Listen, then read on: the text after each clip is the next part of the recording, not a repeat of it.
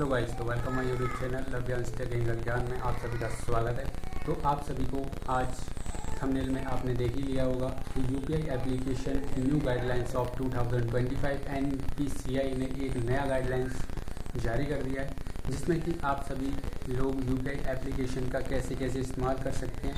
ठीक है, किन किन चीज़ों का आप सभी को ध्यान रखना है, किन किन चीज़ों का ध्यान नहीं रखना है। ठीक है, तो एनपीसीआई ने नया नियम लागू कर दिए हैं जो कि 1 अक्टूबर से लागू हो जाएंगे। तो हम किन किन चीज़ों को पेटीएम, गूगल पे, फ़ोनपे में क्या क्या चीज़ों को सावधानी बरतनी है। ठीक है, ट्रांजैक्शन करते समय हमें किन किन चीज़ों का ध्यान रखना है, किन किन चीज़ों का ध्यान नहीं रखना है। ठीक है, तो सारा पूरा वीडियो इन यही टॉपिक पे रहने वाला है, जो कि एनपीसीआई ने यूपीआई को जो कंट्रोल करता है एनपीसीआई। ठीक है, तो वो यूपीआई एप्लीकेशनों में क्या क्या बदलाव करने जा रहा है। ठीक है, जो कि 1 अक्टूबर से लागू होने वाले हैं। ठीक है, तो पहला नियम ये है कि जो भी हम P2P मतलब पर्सन टू पर्सन ट्रांजैक्शन करते थे, ठीक है, जैसे कि हम कहीं पे बाज़ार चले गए, ठीक है, तो अभी हम क्या करते हैं, हमारे पास बैंक में अकाउंट में पैसा नहीं रहता है। ठीक है, तो हम क्या करते हैं, अपने पापा पे, मम्मी पे या फैमिली में किसी को भी क्या करते हैं, रिक्वेस्ट भेज देते हैं कि भाई मेरे को 2000 की नीड है, पापा जी मेरे को 2000 की नीड है। तो हम उनके मोबाइल पे क्या करते हैं, फ्रेंड रिक्वेस्ट भेज दिया करते हैं। तो वो वहाँ पे जैसे ही अपना फ़ोन अनलॉक करते हैं, ठीक है, तो वहाँ पे वो उनका नोटिफिकेशन में शो करता है। तो वो नोटिफिकेशन पे क्लिक करेंगे और जो यहाँ पे लिंक दे रखा होगा उस लिंक पे क्लिक करके यूपीआई पिन डाल के आपके फ़ोन में विदिन 2 मिनट के अंदर आपका पैसा वहाँ पे आ जाया करता था। ये होता है आपका P2P मतलब पर्सन टू पर्सन। आपने किसी को फ्रेंड रिक्वेस्ट भेजा, वो वहाँ से उस फ्रेंड रिक्वेस्ट पे क्लिक करके यूपीआई पिन डाल के आपको पैसा ट्रांसफ़र कर दिया करता था। तो इसी चीज़ को देखते हुए एनपीसीआई ने यहाँ पे क्या हो रहा था, जो भी हम यूपीआई एप्लीकेशन यूज़ करते थे, क्लिक करके अपना पर्सन टू पर्सन ट्रांजैक्शन जो करते थे, तो वो क्या करते थे, जो फ्रॉड ज़्यादा होना स्टार्ट हो चुका था, स्कैम हो रहा था। ठीक है, कई लोगों के साथ ऐसा ही लिंक जो स्कैमर थे वो वहाँ पे भेज दिया करते थे।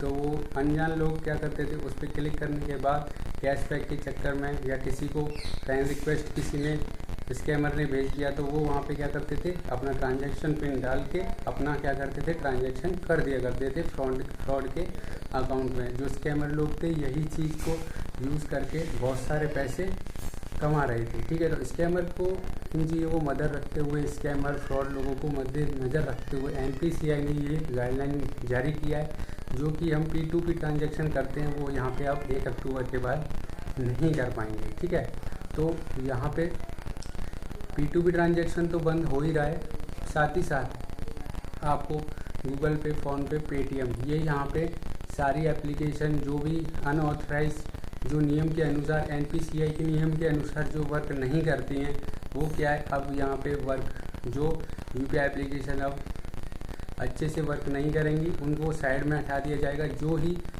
एनपीसीआई के तहत, नियमों के तहत वर्क करेगा वो मार्केट में रहेगा। जैसे कि फ़ोनपे है, गूगल पे है, पेटीएम है, ये क्या करती हैं, जो एनपीसीआई है, जो ऑल यूपीआई ऐप्स पे नज़र रखता है, उनका जो गाइडलाइंस का पालन करता है वही मार्केट में चलेगा। ठीक है, वही एप्लीकेशन अच्छा खासा चल पाएगा। ठीक है, उनको एनपीसीआई के द्वारा अथॉरिटीज़ मतलब उनको चलाने की चलाने की अनुमति मिलेगी। ठीक है, तो यहाँ पे जो भी एनपीसीआई के नियमों को पालन नहीं करेगा वो मार्केट में अब नहीं रहेगा। ठीक है, तो आप लोग को क्या करना है, एक ट्रस्टेबल, ठीक है, बस भरोसेमंद एप्लीकेशन से ही ट्रांजैक्शन करना है। जैसे कि अभी अच्छा खासा एप्लीकेशन चल रहा है फ़ोनपे, सबसे ज़्यादा हमारे जो इंडिया में 50% का दर्जा पा चुका है। 50% लोग भारत के फ़ोनपे का ही यूज़ करते थे।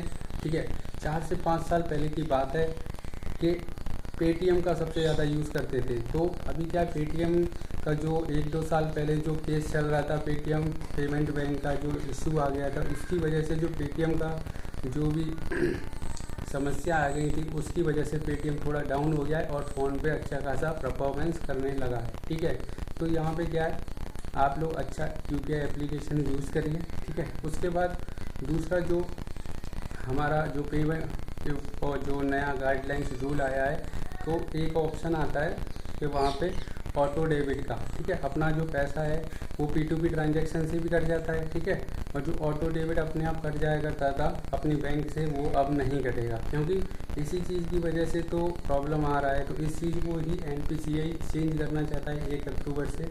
आपका जो पैसा था वो ऑटो डेबिट नहीं कटेगा, ठीक है। आपको पहले नोटिफिकेशन आएगा, उसके बाद ही आपका पैसा कटेगा, ठीक है। उसके बाद आपका जो भी हर एक एप्लीकेशन में कुछ लोगों के पास जो पहले से यूज़ करते हैं उनका जो एक आता है क्रेडिट लाइन करके एक ऑप्शन आता है। फ़ोनपे, गूगल पे, पेटीएम, इन सारी एप्लीकेशनों में अब आने लगा है। तो इससे क्या होगा, आपको एक नया, जैसे कि क्रेडिट कार्ड होता है ना, जैसे क्रेडिट लाइन करके एक ऑप्शन होता है, ठीक है। फ़ोनपे, पेटीएम, गूगल पे में आप चेक कर सकते हो। वहाँ पे क्या है, आप लोग आपके बैंक अकाउंट में अगर पैसा नहीं है और आपको ज़रूरत है पैसे की, तो आप क्या कर सकते हो, ऐसे क्रेडिट कार्ड का यूज़ करते हो, ऐसे यहाँ पे क्रेडिट लाइन का यूज़ कर सकते हो, ठीक है। आप लोग का जैसे कि सिविल स्कोर किसी का अच्छा होगा तो वो 10,000, 20,000, 30,000, 50,000 तक आपका ट्रांजैक्शन किसी को कर सकते हो। और क्रेडिट कार्ड की तरह अपना 1 मंथ के बाद रिटर्न उसको कर दोगे, ठीक है। उस पर कोई चार्ज आपको नहीं देना पड़ेगा, ठीक है। जैसा आपका सिविल स्कोर रहेगा, जब अच्छा सिविल स्कोर रहेगा तो आपको क्रेडिट लाइन की जो लिमिट है वो अच्छी खासी मिलेगी। और जैसा आपका सिविल स्कोर कम रहेगा तो आपको 2,000, 5,000, 10,000 तक का ट्रांजैक्शन आप किसी को कर सकते हो। पर उन चीज़ों को ध्यान रखते हुए करना कि आपको 1 मंथ के बाद वो पैसा रिटर्न देना है, क्योंकि अगर आपको चार्जेस नहीं देना है तो, ठीक है। अगर आप नहीं दे पाते हो तो इन चीज़ों में आपको परसेंटेज भी ज़्यादा देनी पड़ सकती है, ठीक है। तो इन चीज़ों को ध्यान रखना है।